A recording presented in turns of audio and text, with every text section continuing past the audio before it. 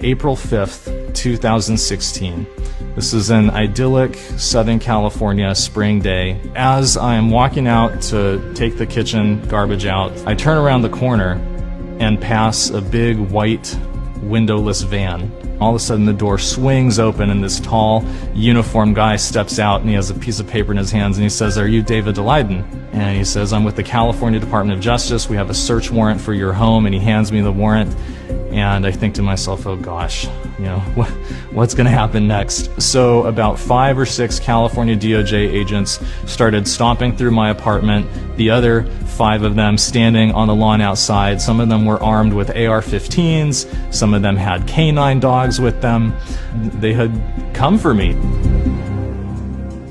In 2013, I began and orchestrated an almost 3-year-long, very in-depth, comprehensive investigative journalism study about the harvesting and trafficking of body parts from late-term abortions. There's multiple violations and multiple issues that you very quickly start to learn about when you look into it. There's the basic problem of selling body parts, where you're basically creating a system, creating transactions, creating business relationships that incentivize the objectification and the destruction of human beings in order to keep the business going.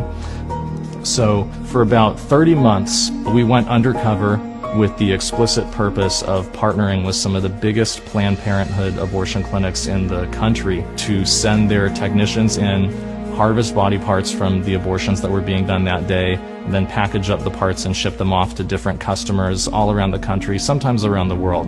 In July of 2015, we began to release the Undercover video series. I had been hoping that this was something that would, that would maybe generate 100,000 views or something. Instead, what happened was even bigger than I could have imagined. Within less than a week, we had close to 3 million views on YouTube of the first video, and multiple congressional committees announcing that they were launching federal investigations of Planned Parenthood's involvement in fetal trafficking and fetal experimentation. The truth got out there, and the words of Planned Parenthood's own leadership describing their organization's participation in these activities went viral and was being publicized for the whole world to see. Looking back on it from the information that we know now, I now know what was going on was that Kamala Harris, at the explicit instruction of Planned Parenthood, had targeted me, and me alone, among all undercover video news gatherers in the state of California, to enforce the California video recording law against me and to punish me for speaking the truth about her powerful campaign donors at Planned Parenthood. What we've come to learn in the years since, just 2 weeks before serving the search warrant on my home, Kamala Harris had a secret meeting in Los Angeles with several top-level executives of Planned Parenthood in California.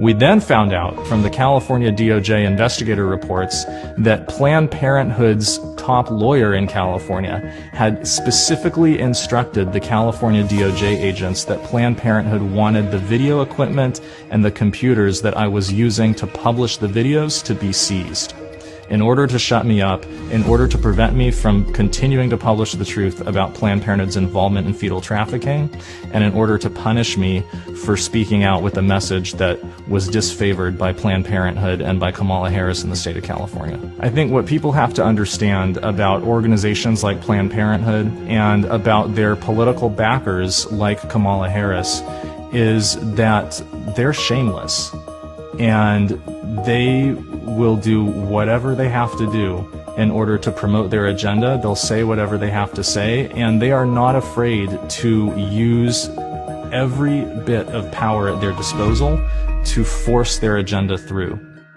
Kamala Harris is the single greatest threat to First Amendment civil liberties that our country has ever seen. If Kamala Harris is elected to be a heartbeat away from the highest office in the United States of America, you will have someone in the White House who has a radical contempt and disrespect for First Amendment civil liberties, someone who believes that she's entitled to use the powers of her office in order to punish the viewpoints of citizens who disagree with her.